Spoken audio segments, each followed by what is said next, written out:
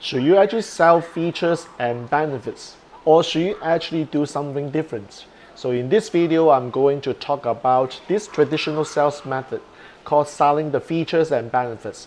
I want to let you know that unless you are talking about low ticket offer, this is not going to work anymore. Hi, Jack here, and welcome to this video. Before I actually go and talk about the differences between the old or the traditional selling method versus the modern selling method, I would like you to do me a favor. That is, click the subscribe button. If you haven't done yet, I would love that you do it for me so that all the videos that I produce can be reached to a wider range of audiences. Would that be okay? Thank you very much. And if you haven't hit the bell and get notified, please do it so that you know when the next video is going to be uploaded. Alright? So here's the thing, that I've started doing sales for many years. I started sales when I was in PricewaterhouseCoopers, that's in 1994. So I have actually been in sales for many years. Although in the first 17 years of my corporate experiences, I sell for the firm. I didn't make the sale for myself. It means that the money that I make is not coming to my own pocket. But what comes to my pocket is salaries. But that being said, the amount of experiences that I have in the good old days, clinching 5-figure deals, 6-figure deals in terms of B2B, that's tremendous. So some of you who haven't been to any sales training before, I will highly recommend that you find a job, at least go and understand how the world actually have company making the sales. Would that be okay?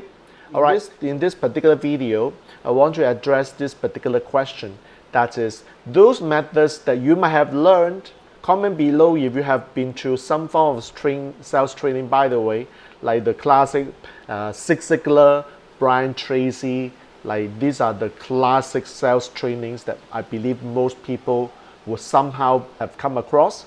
Or if you haven't been to Zig Ziglar, you don't know who is Zig Ziglar, go and Google it. Brian Tracy, who is still living at the time when I record this video. And what happens is that they teach a lot of very awesome sales technique, sales trainings. I've been asking myself is, I do not know whether these sales techniques will work in today's market. Like one of the classic old technique, it says that while you shouldn't sell feature, you should actually sell benefits. How many of you have come across with this sales technique? For example, if you are selling the iPhone, all you are talking about is not, okay, the configuration of the iPhone is how many RAM, how many memory, and then whether there are any buttons, what is the configuration. Like these are all the features, because at the end, iPhone is a phone. But how many of you realize that Apple never sells iPhone based on the features? So what happens is that they sell based on what we call the benefits. And one of the techniques that I remember is to ask, like, okay, when the phone has only a home button, like let's talk about the older iPhone which has the O button. We use the concept called what's so good about that. What is so good about that of having only one button is that you will not press wrongly. You will not dial a number incorrectly. And you know what? You have more space, more window, more room for you to play with the apps. So what's so good about that? Because that makes the phone unique. It's no longer a phone that you can see in other types of like Nokia phone where you got a lot of buttons to press, like the BlackBerry, which has so many buttons to press. And in fact, this invention of the home button actually wipe out or get rid of Nokia and BlackBerry. How many of you actually notice that? All right, so we use the concept called what's so good about that to find out what's the benefit, what is the motivation inside why we want to buy this product or service. So we ask this question, what's so good about that is. Comment below so that you understand what I'm talking about. Now, here's one thing. Notice that a lot of the trainers, when they make the offer of their product, their services, like for example, a program, it's very difficult for them to come up with this thing called the features and benefits. For example, what's the feature of a training program? Well, the features could well be, well, how many modules, if you are running online classes, how many modules do you have? For example, your course could consist of 7 modules, right? That is actually the feature. Like if it is a live program, how many days do you have in this program? Like is it 2 days or is that 3 days? That's the feature, right? So then the next thing is the details of the program. Now, how many of you have been asked by some of your prospects where they want to know like what exactly do you teach in this, let's say a 3 days program? Like what are you teaching in this 3 days program? And guess what? Some of you would then say, okay, day 1 in the morning we'll cover this, day 1 afternoon I'll cover this, then so on and so forth. So this literally you actually give out the whole program to the prospects. And the worst thing is that after a prospect received the program detail, guess what happened? How many of you notice that even though the prospect receives from you the program outline and the details of the program, there's still a chance for the prospect to say, yes, that's right, to say a no. So the question is that by selling the features of the online program or the live program, it doesn't work. Why? Because it just talk about what is it about. But the key thing is that why would the prospect want this course? So therefore we talk about the benefit. So therefore the next thing that we ask ourselves is that, okay, why do we need to have a 3 days program? Why do we need to have 7 modules? What's so good about that in the 7 days, in the 3 days classes or a 3 or 7 module program is then you fill in the blank. It is not easy to talk about it, in my opinion, because unless you absolutely know how to read the mind of your prospect, or you have actually received testimonials or case studies from your previous participants or learners, the benefits is something that you've got to figure out. I found that it's difficult to figure this out by myself unless I obtain feedback from my participants in the past. So comment below if you can resonate with me on this. Now, here is one thing about the higher ticket program. So when I say higher ticket, I don't mean that it is high ticket as in it is $1,000, it is $2,000. A higher ticket means that you are charging a little bit more. So sometimes I say the higher ticket can well be a $5,000 program. In some of my programs, I'm charging 10 grand and 20 grand or even 25 grand. So how many of you realize that if it is like a 10 grand program, selling features will definitely not work because it is high ticket. On the other hand, even though you talk about the benefits, why you should learn from me in this course, why you should, do you think that the prospect will easily fork out 10 grand and say, okay, I think I want this? Now, unless the prospect knows you, trusts you, and is ready to buy, it becomes hard. So when we talk about features and benefits, I have to respectfully submit, like what the lawyers always said, that you got to understand that by just talking about the features and benefits, why you should come to sign up for this program doesn't really work, because most of the time in high ticket, my experience is that you've got to find out the pain point of your prospect at this point in time. Like before they have come to you, they will experience some form of pain. So your job is to actually find out what's happened to them. What are the pain points that they are experiencing?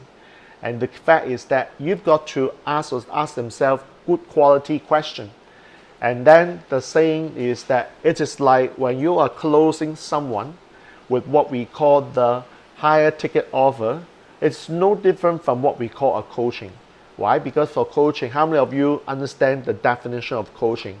Like I know that there's a debate in the market talking about the differences between a coach and a consultant. So my definition about consulting is people pay me for a solution. So they come to me because they want to answer quick.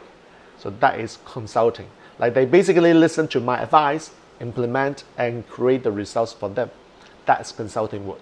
On the other hand, for coaching, it's all about asking your coachees questions so that your coachees become more aware of the options, the choices they have with them. And therefore, with more resources, with more awareness of the options, they are able to solve their own problem. So the question that I have in the case of a closing is to me no different from actually doing coaching.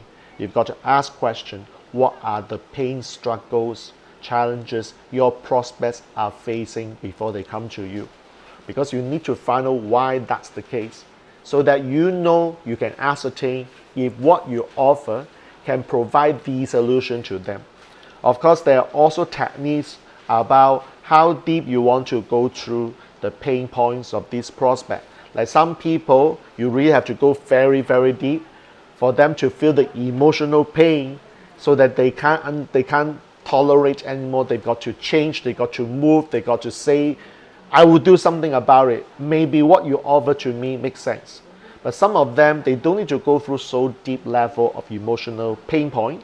They might say, okay, that makes sense, and therefore, okay, let me talk about what you will get, what I can get from you. So you don't really need to go through so deep in terms of your questioning.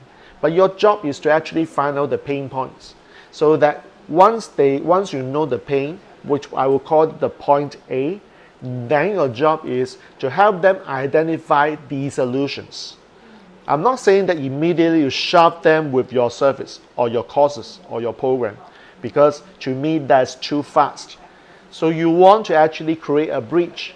All you need to do is to help them understand, okay, if they want to get out of this pain, what are the solutions available out there?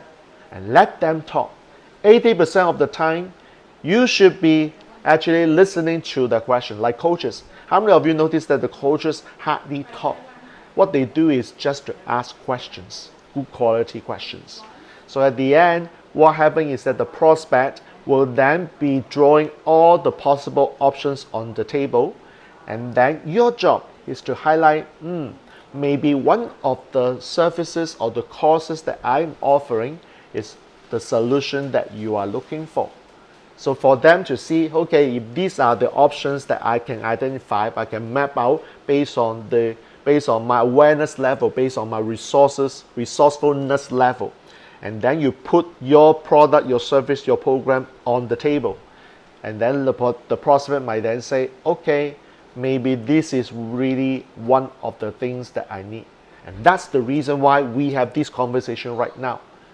So that your job is to go through this fact finding, pain finding, bridge creation, and establish that your offer is one of the solutions first, before you even talk about the features and benefits. To me, if you are pushing the features and benefits at the early stage of your closing of the high ticket offer, this is really too early. And people might piss off, because if the person does not see that your product, your service is what they need, because it is what you say only, they haven't found out that this is what they need, then how on earth would they be able to say yes to you? Like, remember in some of the videos I talk about, when you are asking questions, the reason why you ask questions is you find out what they're experiencing in terms of the pain, the problems, the struggle, the obstacles, the challenges. You do not assume, right? So you've got to understand that immediately selling features and benefits to them in terms of high ticket offers especially may not work. Now, for example, what if you are talking about selling low ticket offer? Well, if you are talking about $7, then all you are talking about is that, well, if you pay me $7, you get the value of my product, my service, much more than $7. Like in that case, selling features and benefits would be okay. So I'm not here eliminate or disregard, or I'm telling you that selling features and benefits do not work. All I'm saying is that you've got to twist your mind and think about what works today. When you are, most of the people are teaching or talking about high ticket offers. So if you are using old techniques, will that work? That is my question. My whole theme of these few videos is to help you understand that there are so many principles out there in terms of sales training, right? So I'm sure that you have heard of a lot of selling principles or principles in sales. When I say principles, it means that these are the principles that can change based on the context, based on the situation. So if you were to apply these as rules, it means that you are applying these as rules across the board, regardless of the differences in situation. You will find that sometimes some of these selling principles or principle of sales, once you make it as rules, may not work. So here what I'm saying is that the principle of selling features and benefits would work, but you've got to modify it depends on the situation. You've got to understand that for high ticket offers, if you just shove the prospects, the features and benefit, that will not work. So how are you going to make a difference in your next close, in your next sales, when you are talking about high ticket offer? Are you still going to actually sell the features and benefits and nothing else? Okay, so I hope that this video allows you to have some more insight about how people can close $10,000, $20,000. If they don't experience the pain, I don't believe that they will be willing to fork out 5 figures to you. There must be certain form of pain. Okay, so features and benefits alone will not work. That's from my experience. Okay, so thank you for watching this video. And you have any other questions, comments about speaking, training, and facilitation, comment below. I would love to see what questions you have, and I may consider answering some of these questions in the form of future videos. All right, so thanks very much for watching. Jack Wong here signing off. I hope our path crosses in future. All good wishes.